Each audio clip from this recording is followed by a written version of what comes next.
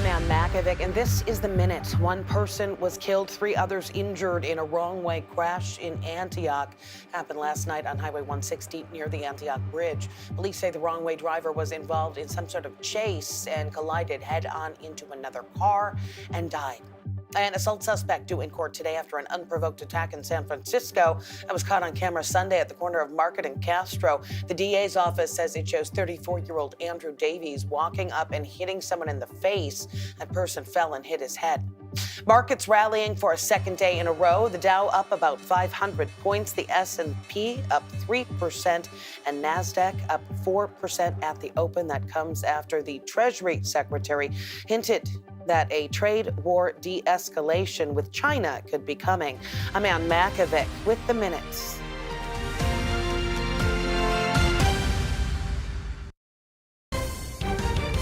You're streaming CBS News Bay Area. One mother's efforts to protect her son now helping a Bay Area police department better respond to emergencies. How a first-of-its-kind alert system is giving the parents of children with autism more peace of mind.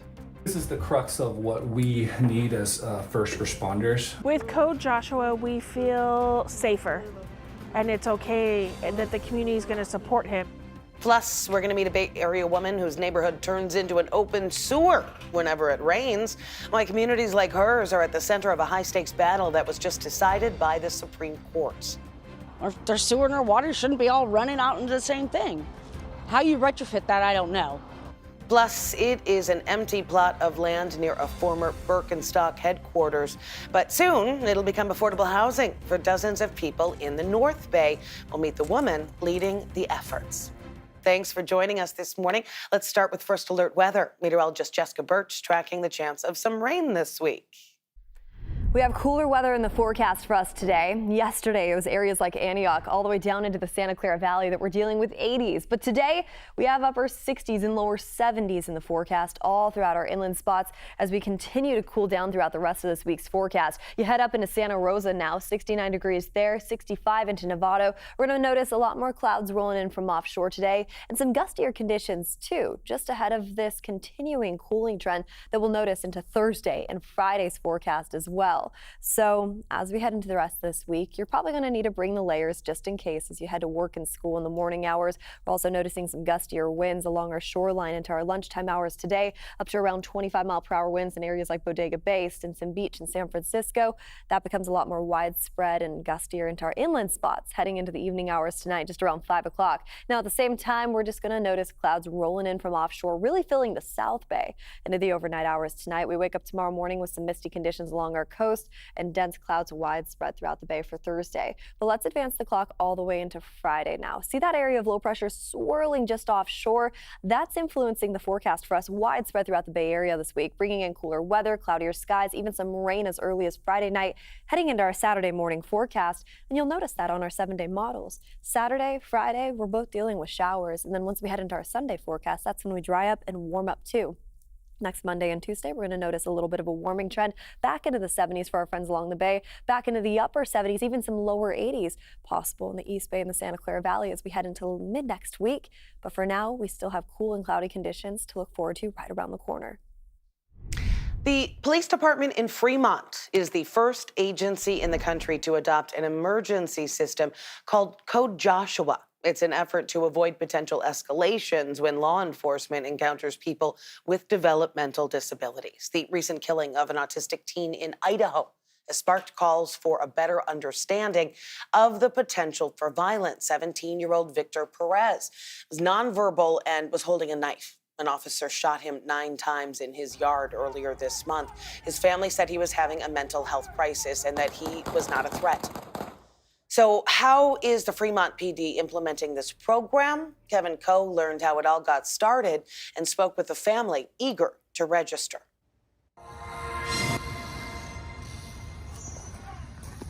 Meet Brady, a 13-year-old from Fremont who loves the outdoors. His parents, Beth and Eric Coons, love him more than the world. Parents are always worried about their kids.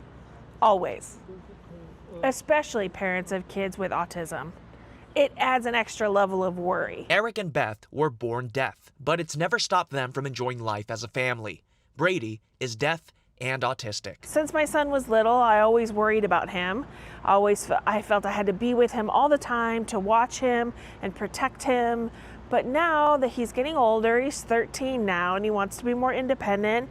He wants to be out in the community more, and I can't protect him forever. Beth and Eric worry about Brady's interactions with others, including police, in the event of a traumatic episode. We worry about how other people who don't know about our son, how best to approach him, how best to talk with Brady, and how best to de-escalate the situation. The couple found out they weren't alone in their fears.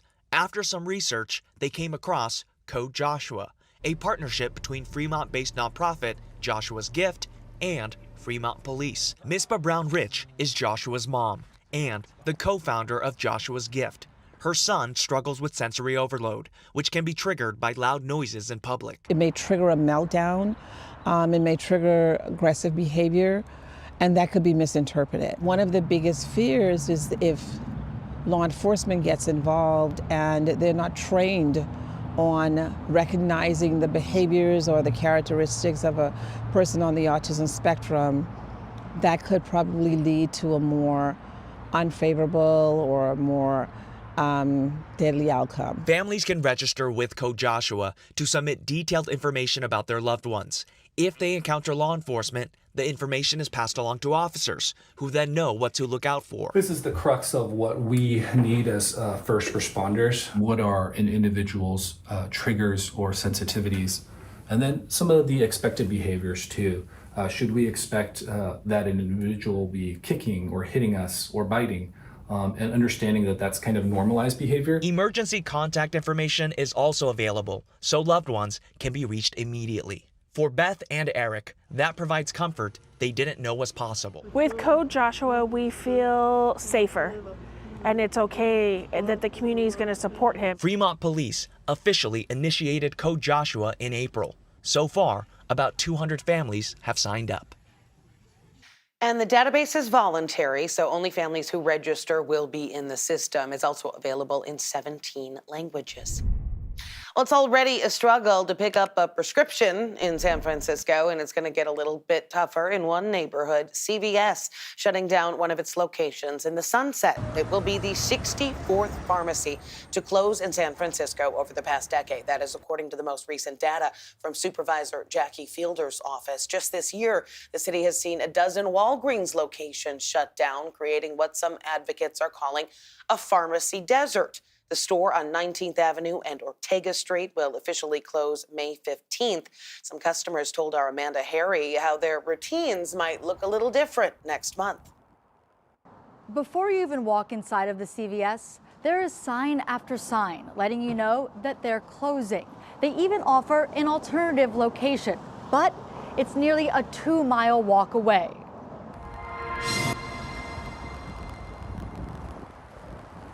Inside the CVS pharmacy on 19th and Ortega, there are empty shelves and markdown signs everywhere.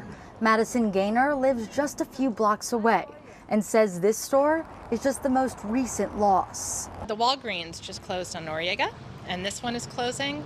A bunch of small businesses are closing in general. Gaynor and her 4-year-old son walked to this location. She was picking up prescriptions while he looks at toys. But this is one of their last trips as she figures out what to do next. They have been offering to transfer us and tell us where to go. Walgreens, not their fault, but they didn't offer that service at all. It was just, we're closing. I think they did suggest another location, which it was so inundated with people that you couldn't get your prescription. CVS said in a statement that if patients don't transfer their prescriptions, it will automatically transfer to the 701 Portola location to ensure uninterrupted access. It goes on to say, quote, maintaining access to pharmacy services in the communities we serve is an important factor we consider when making store closure decisions. Other factors include local market dynamics, population shifts, a community store density. But Gaynor believes theft is playing a part too. She says all the locked cases popped up after COVID. They were all very nice to me, but like the first day I came in here where all of this was in here, they very kindly offered to hold all of my stuff at the front. And what was interesting is it was hard to pick out who's going to steal and who isn't. Juliana Nieves stopped by the store because she heard it's closing on the Nextdoor app. I think it's a reflection of people buying everything online and have everything delivered, because I'm pretty sure that pharmacies deliver too. But Gaynor doesn't plan to use delivery. She'll just have to travel farther. We're all going to be in our cars more, trying to find more parking. She's also worried about her neighborhood and what's going to happen as more businesses continue to leave. One of the things that concerns us, though, is all these empty storefronts, too. It's a lot of empty buildings suddenly in just a very short period of time, and it's so much square footage. Like, who's going to come in here? Now, CBS is in the middle of a multi-year strategy to turn things around and cut costs, but that has meant closing hundreds of stores nationwide and slashing about 3,000 jobs.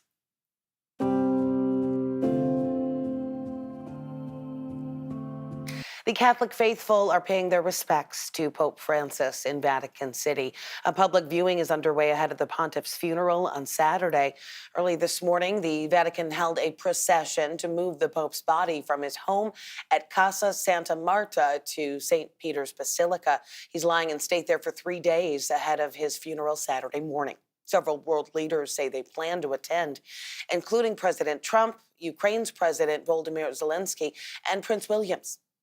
Pope Francis died Monday at the age of 88 after suffering a stroke and heart failure. The date of the conclave to choose his replacement has not yet been announced, but it is expected to begin sometime next month. We're going to bring you the funeral of Pope Francis on Saturday as a special report. Coverage begins at 1 a.m. our time on KPIX and streaming on the free CBS News app and Paramount Plus. Still ahead here on CBS News Bay Area, renters in Contra Costa County banding together after a vote they say could force them to move. Why they say city leaders have betrayed them. Seniors on fixed incomes, single parents, people that had been formerly unhoused, all those people rent. Plus, an environmental battle here in the Bay Area could make it harder to regulate raw sewage. We're going to hear from a local woman living on a houseboat with a huge stake in the outcome. When we have overflow during the big storms, those open up. It's such a sight to see. It's a nasty cauldron of gunk, garbage, dirty water, other things. Yeah, it is the largest affordable housing project in the North Bay. How they are investing millions into an old Birkenstock building. In the Bay Area, a new WNBA franchise is taking flight. Catch this first-in-a-lifetime inaugural season as the Golden State Valkyries play live on KPIX and Pix Plus.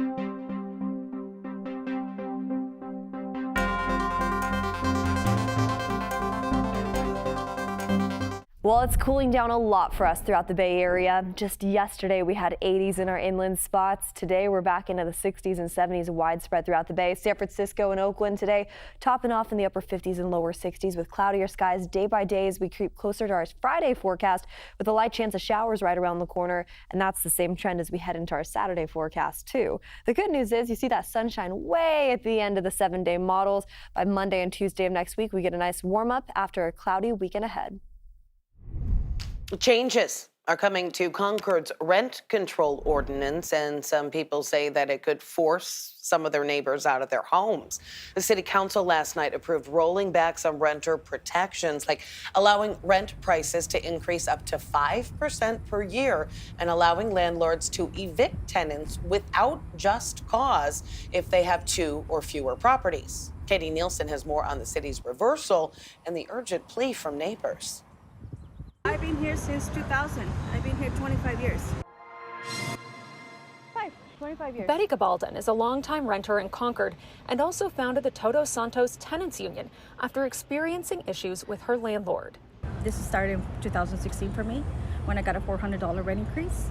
And on top of that, we had so many repairs that needed to be done in our house, my apartment. She says when she complained to her landlord, she was given a 60-day eviction notice and forced to move out. She says it's situations like those why she and others have gone to the council to ask for tenant protections in the first place. Students, seniors on fixed incomes, single parents, people that had been formerly unhoused, all those people rent.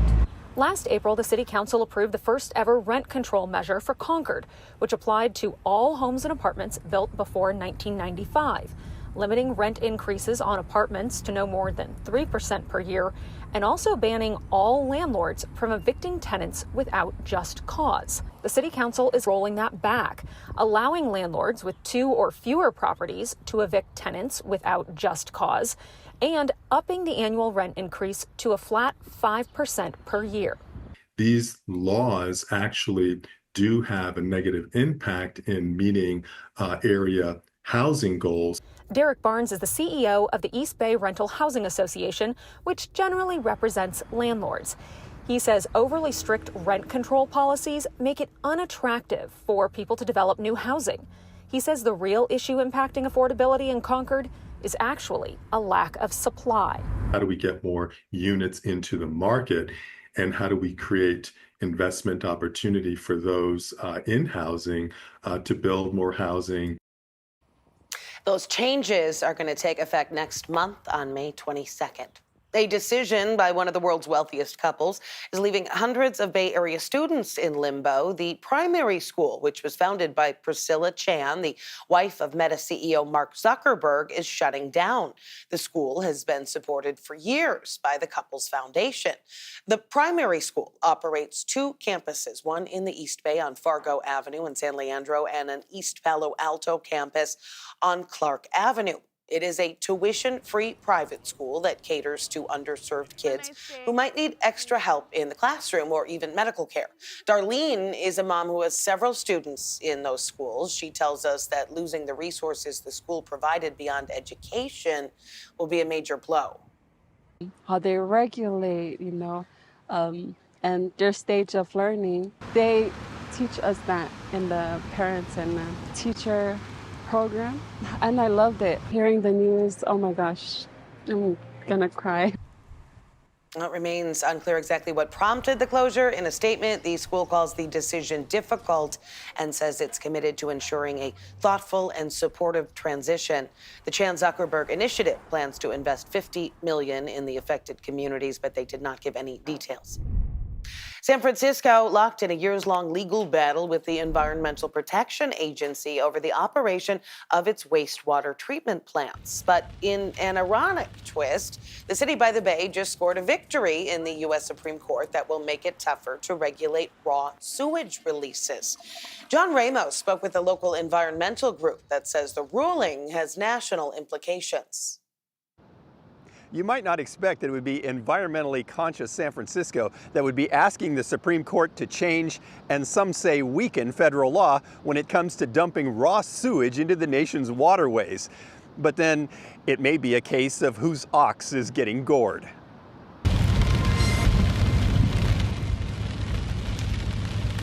San Francisco has what's known as a combined sewer overflow system, which means rainwater flows into the same pipes as water from toilets.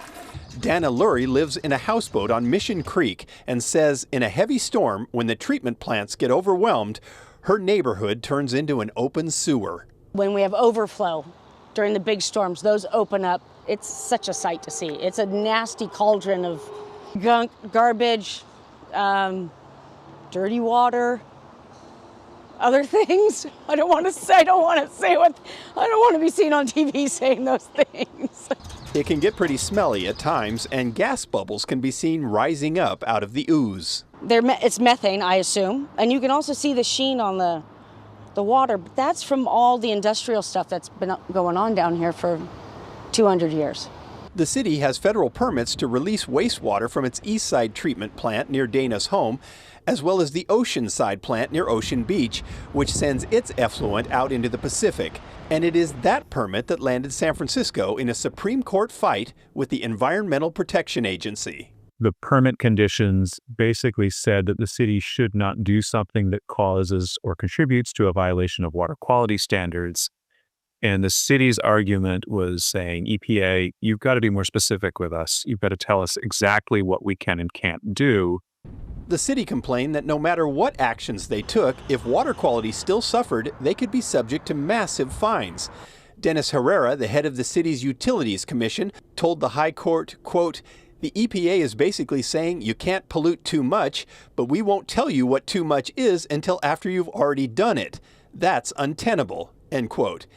The city says it could cost $10 billion to make all the fixes to its system, raising people's sewage rates up to $9,000 per year. But UC Law School professor Dave Owen thinks that may be an exaggeration. You know, no matter how liberal the politics of the city are, when the city feels like its budget is under threat, it will push back. And so I think that those are the city's motivations. And again, they're not crazy motivations. The city does have to worry about money. These are expensive fixes. But it also, I think, was at times misleading in the things it said about exactly what was at stake and how much money was at stake and what was causing that money to be at stake.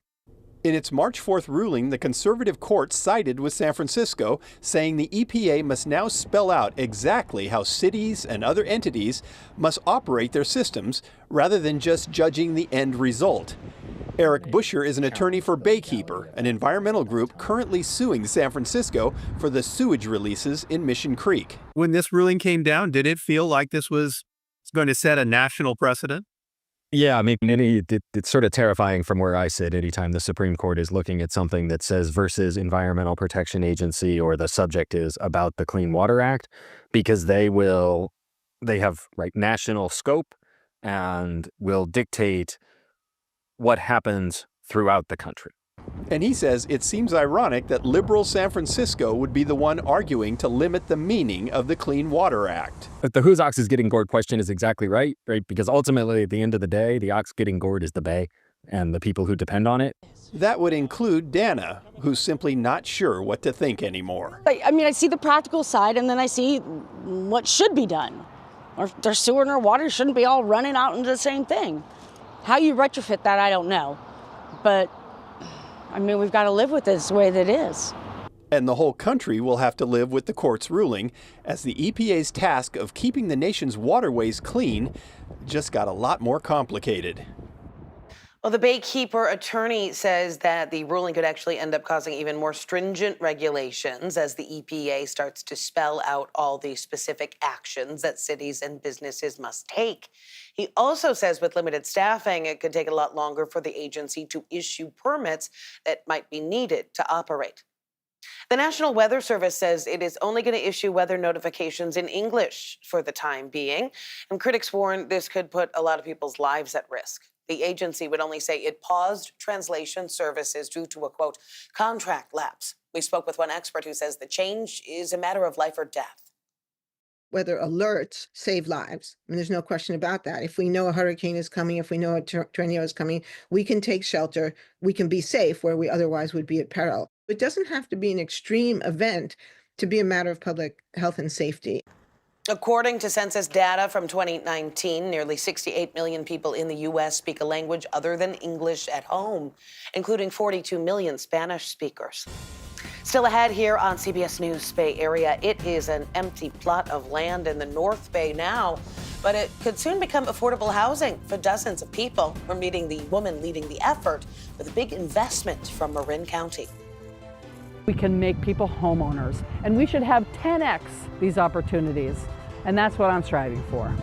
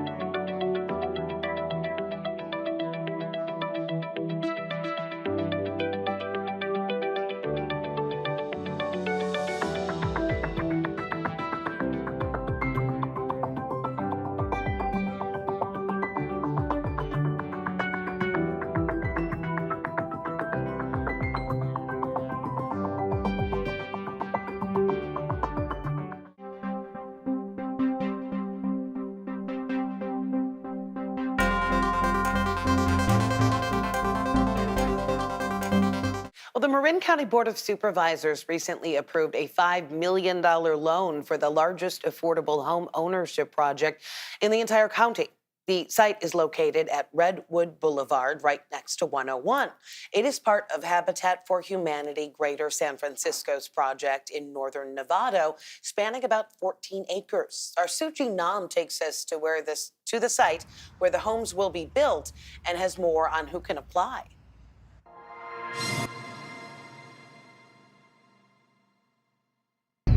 It's an empty plot of land situated between a Days Inn motel and the former Birkenstock USA headquarters, right off Highway 101 in northern Nevada.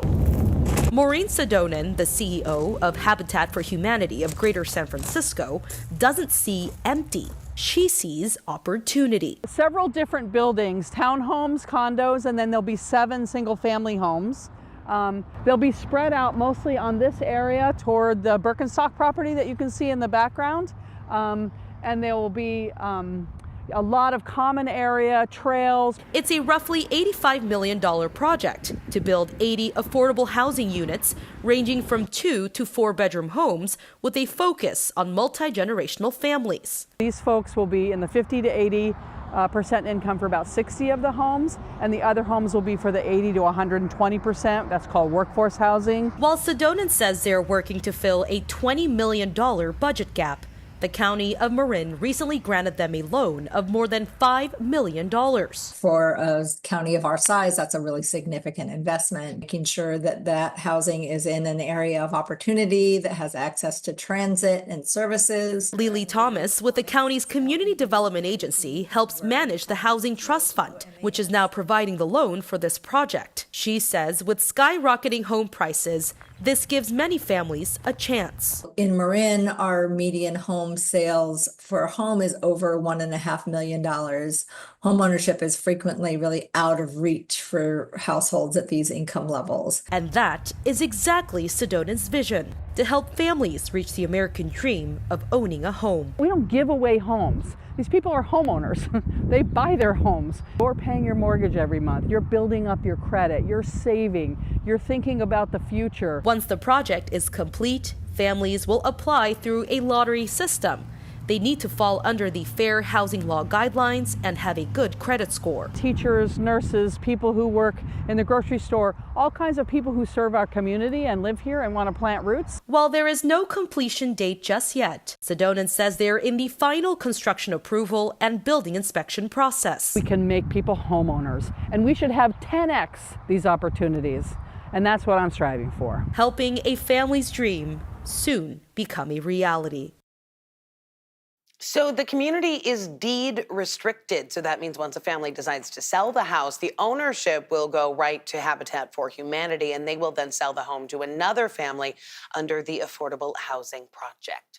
Coming up in our next half hour here on CBS News Bay Area, a city in the East Bay looking to demolish a theater that once hosted stars like Charlie Chaplin. We'll meet the people behind the last-ditch efforts to save it. It's great to build in the downtown, we agree, but it doesn't have to come at the cost of this highly valuable landmark theater. Plus, some people are trading in coffee shops for a car dealership. Meet those who are part of a growing remote work trend in San Francisco. Rather than just have some plain boring showroom, this is a place where you can interact and engage.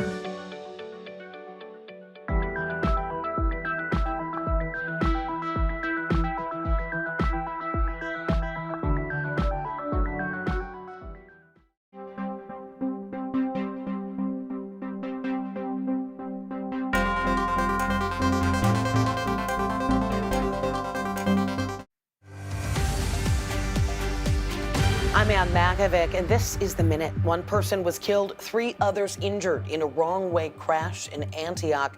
Happened overnight on Highway 160 near the Antioch Bridge. Police say the wrong-way driver was involved in some sort of chase and then collided head-on into another car and died.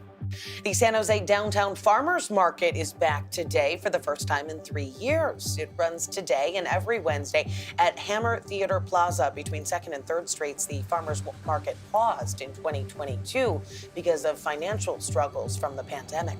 And the Warriors on the road taking on the Houston Rockets tonight, Game 2 of the playoffs. That comes after a solid 95-85 victory in Game 1 Sunday. Tip-off at 6:30, and a viewing party is going to be held at Thrive City. Doors open at 5 o'clock. I'm Ann Makovic with the minutes.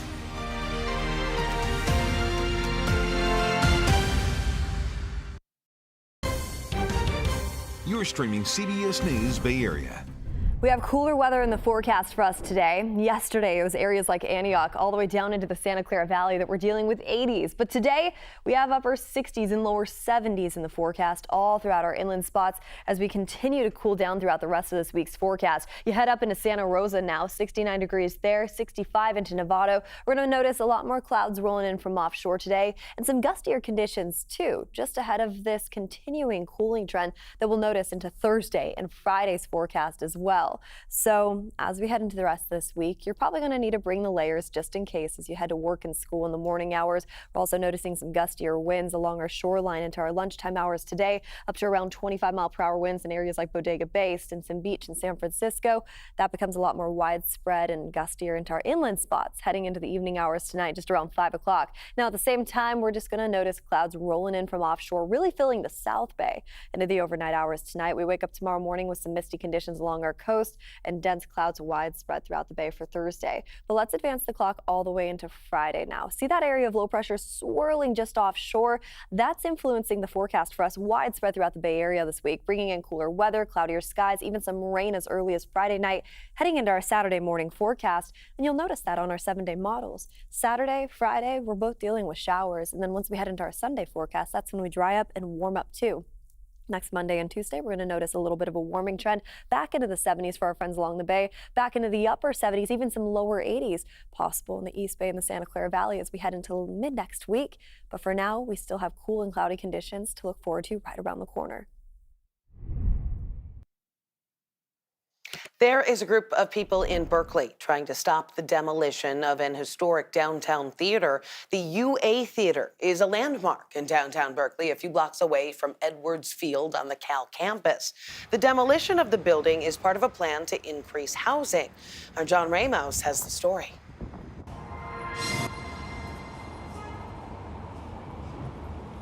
The United Artists Theater in Berkeley opened to great fanfare in 1932, owned by the actual movie studio created by silent film stars Charlie Chaplin and Mary Pickford. It was built in the opulent Art Deco style of the time, and the UA was considered the most luxurious of all the city's cinema palaces. Decades later, it was partitioned off into a multiplex, but Rose Ellis remembers that even then it retained its splendor. I would come here, and just like people in the Depression, I would marvel at the beauty and the uniqueness, and I knew even as a child that this could never be done again. But now it's about to become undone. A developer bought the property and plans to build housing, retaining only the theater's front facade and lobby area. The rest of the cavernous structure is meant to be demolished. It's great to build in the downtown, we agree, but it doesn't have to come at the cost of this highly valuable landmark theater. Laura Linden has joined Ellis in establishing a group called Save the Berkeley UA Theater. She says the city made a mistake when it granted the developer an exemption from CEQA laws that, they say, would have taken the structure's historic value into account. This theater is still protected under CEQA as it stands now. Then why do you think the city exempted it from CEQA?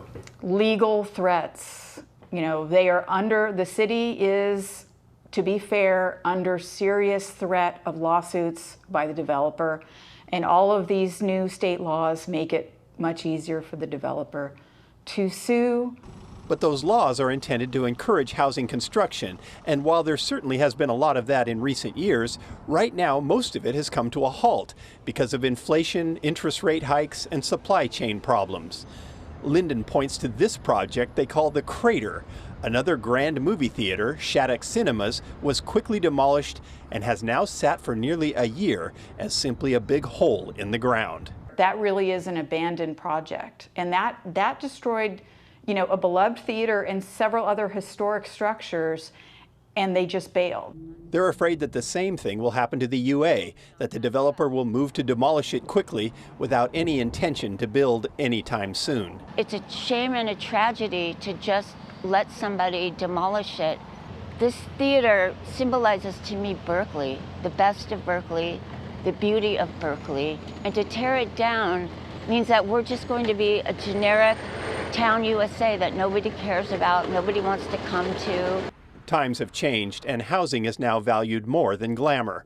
But you have to wonder if anything they're building today will even be remembered 100 years from now. The Theater Preservation Group says they don't have much hope that the city will reverse any decisions at this point. They say that they're hoping that public pressure might convince the builder to hold off demolishing that theater until at least funding for the project has been secured. To date, former House Speaker Nancy Pelosi joined small business owners in San Francisco, blaming President Trump's tariffs for hurting their bottom line. Lauren Crabb and her husband Michael run Andy Town Coffee Roasters that's in the Outer Sunset. They opened in 2014 and have since expanded to 9 locations, but their beans come from around the world, and they say the tariffs will cause the price of coffee to spike. I've had to raise prices for good things, offering health insurance to our employees, raising wages. Those were good reasons. But raising prices due to arbitrary federal policy, that's unfair to us and to our community. The Trump administration's ineptitude is tanking our economy in a self-inflicted disaster that leaves hardworking Americans bearing the brunt of the pain. Make no mistake, President Trump's senseless tariffs are driving prices higher, draining retirement savings, look at 401ks, and pushing us to the brink of recession. Well, the Trump administration says the tariffs are needed to drive companies to shift their production to the U.S. and generate federal revenue. Well, some stores are opening up their doors, not for you to spend money, but to make money. Instead of shoppers, they're welcoming people who just want to get some work done or just want to hang out. Itai Hod takes us to the hottest new workspace in San Francisco that comes with plush seats and a whole lot of horsepower. You could say 33-year-old Stephanie Cowan is going places, but not in this car.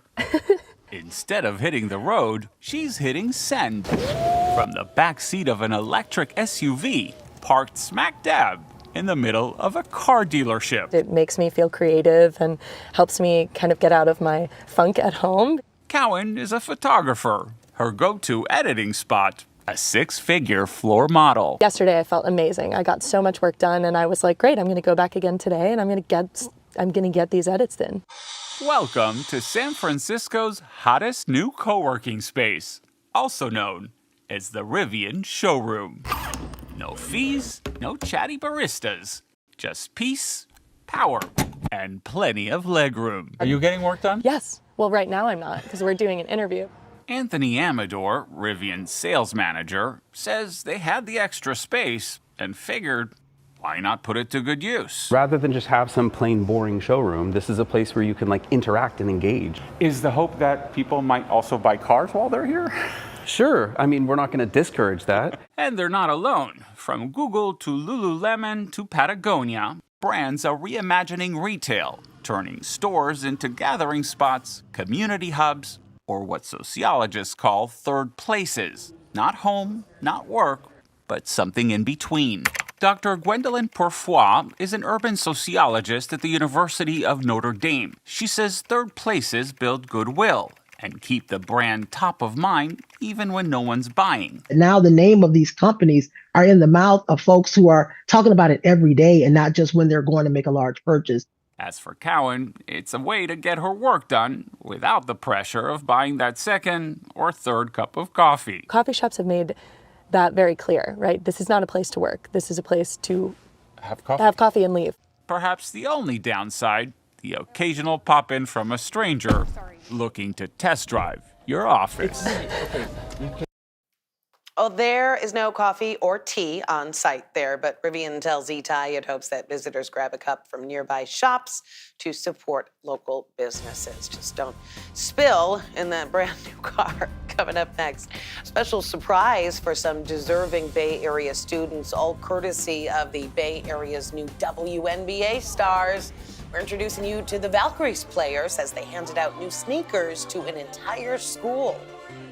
They didn't believe that I played basketball because I think I'm on the shorter side. In the Bay Area, a new WNBA franchise is taking flight. Catch this first-in-a-lifetime inaugural season as the Golden State Valkyries play live on KPIX and Pix Plus.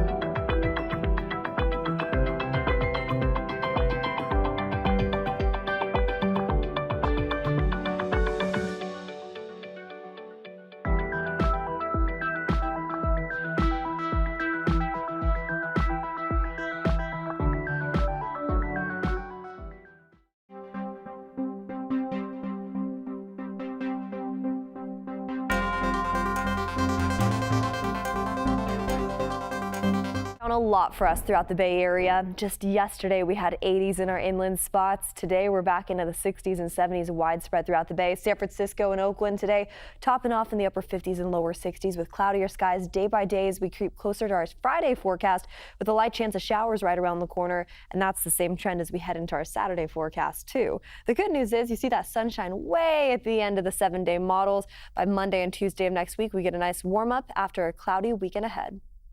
Well, the Giants hoping to bounce back against the Brewers tonight at Oracle Park after yesterday's blowout. But the stadium is also making news for a different reason. It's going to host the Bay FC's first game this summer. Members of the Bay Area's pro women's soccer team held a meet and greet yesterday to promote their historic match this summer. Bay FC will take on the Washington Spirit on August 23rd at Oracle Park. Tickets go on sale May 6th.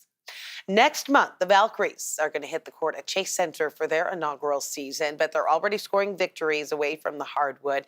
A pair of Valkyries players made a surprise visit to an elementary school here in the Bay Area. Our Kelsey Thorud was there when the students got another big surprise.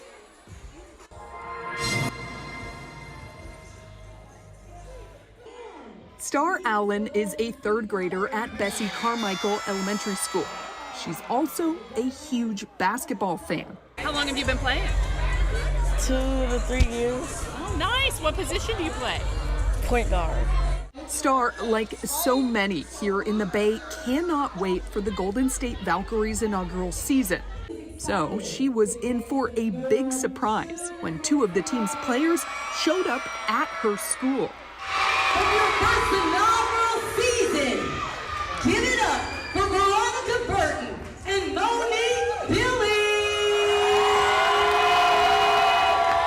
Point guard Veronica Burton and forward Monique Billings surprised students, partnering with the nonprofit Shoes That Fit to hand out free sneakers to every single student in the school.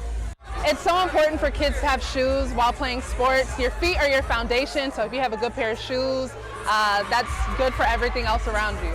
And leave it to kids to keep you humble. Many, like Star, knew who the players were, but as Veronica Burton found out firsthand, some are still learning about the women's team. Some of the younger ones are just, they know we play basketball. Some of the older ones are aware of the Valkyries, but they didn't believe that I played basketball because I think I'm on the shorter side. But I think the more we talk about the Warriors and us being connected with them, they kind of get the feel for it. But that, of course, is what events like this are meant for, giving the team a chance to show the community who they are while also giving back. It's something Star's mom, Sumitra, says she knows her daughter will never forget. It's an inspiration. It's something to look forward to. It's something to look up to. And it's something to know that she can do it too. To see other women and other people do it. Now, with that inspiration and some new sweet kicks, Star is ready to take her game to the next level. Feels good. Fabulous kicks. All right, CBS News Bay Area is the home of the Valkyries. More than 30 games are going to air on KPIX and on Pix Plus. We'll also have a weekly show with behind-the-scenes access. Coming up, we are taking you to the Bay Area winery that has earned a rare distinction for its efforts to help the planet, from the vines to long after you pop the cork. Regenerative farming is really the next level and the next step to sustainability and sustaining our planet.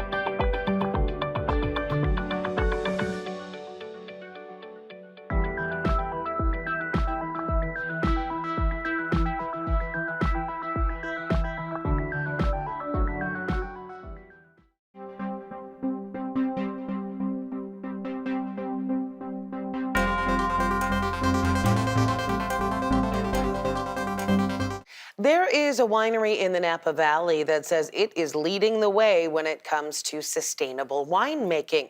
Cliff Family Wines was founded by the couple behind Bay Area-based Cliff Bar.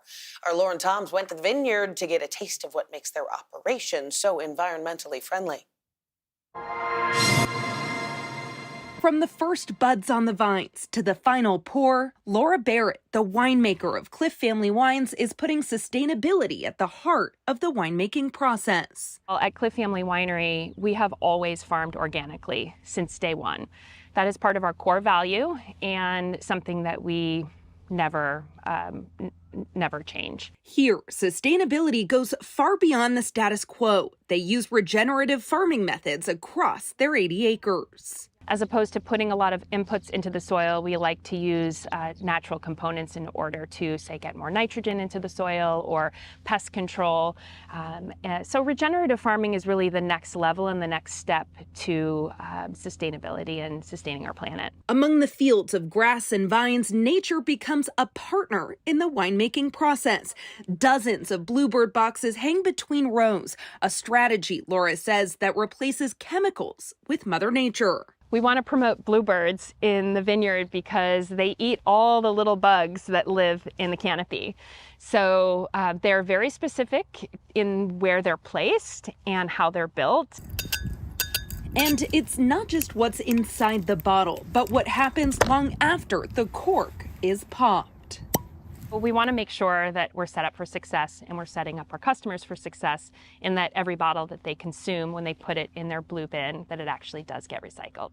So we've removed all screw caps and all foils from our bottles in order to increase the chances of recycling that empty bottle. In 2023, the winery became one of just 3 in Napa to earn B Corp certification, a global achievement highlighting environmental and social impact. Still, reaching such a level of sustainability isn't always simple. UC Davis Associate Professor of Viticulture Ron Runnebaum says it takes time and resources. And that's going to come with some trade-offs from an economic standpoint of, purchasing new equipment and maybe, having to install some additional piping infrastructure and controls infrastructure that are not necessarily easy for most wineries to retrofit. For Laura, the goal isn't just certification, it's evolution. And so I think the more we can talk about it and demonstrate that organic farming, regenerative agriculture, B Corp certification are all really, really important to the wine business. And with each vintage, they're not just celebrating the land, but rewriting what it means to care for it. Well, thanks for streaming CBS News Bay Area. I'm Ann Makovic. We're going to be right back with your First Alert forecast and another look at your top stories.